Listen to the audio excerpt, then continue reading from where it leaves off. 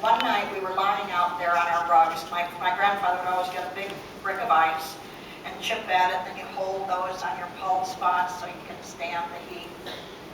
And we were lying there. My brother and I were on one blanket, and my grandma and my mom were on the other, and all of a sudden the door opened and there was my grandmother. It was the first time I'd seen her walk in a very long time. But she came over to my brother and I, and she says, "Sheave the butt, I'm coming." And we did, and she laid down between us, and we all hung onto each other's hands. And we were looking at the stars. They were especially bright that night. Finally, she said to my brother and I, "Do you know what these are?"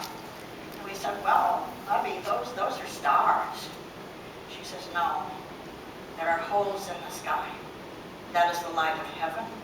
And only at night you can see this. It's showing through those holes. And soon, this is where I am going to go. But I'm going to watch. I'll watch over you. But I'm going there." And we looked at those stars for the longest time. Then she said, "Now hang on to grass or up you go."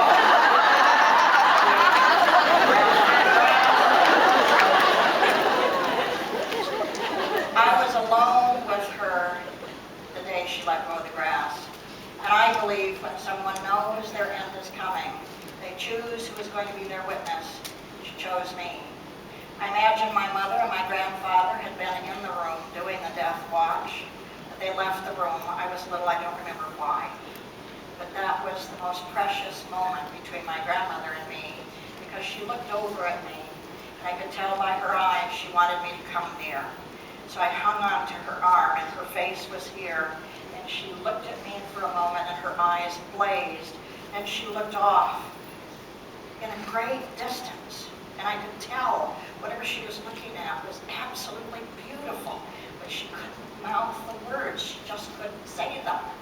And I looked and looked to see what she was seeing, and then she looked back at me, and she sighed, and I realized she had left her body. And I remember backing away, not out of fear, because I knew I was going to see the butterfly break out of chrysalis. This is what I was going to see.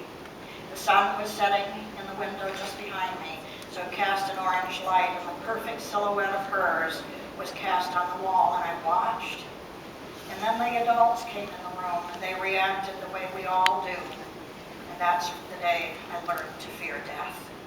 I would give anything to go back to my original feelings, because there really is nothing to fear. It's so natural. But that's where I learned.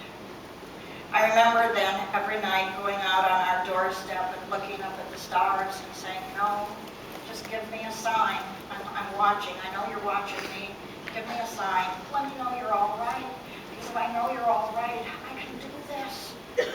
Her kitchen is where I missed her the most, because this is where she officiated over a great big cast iron stove.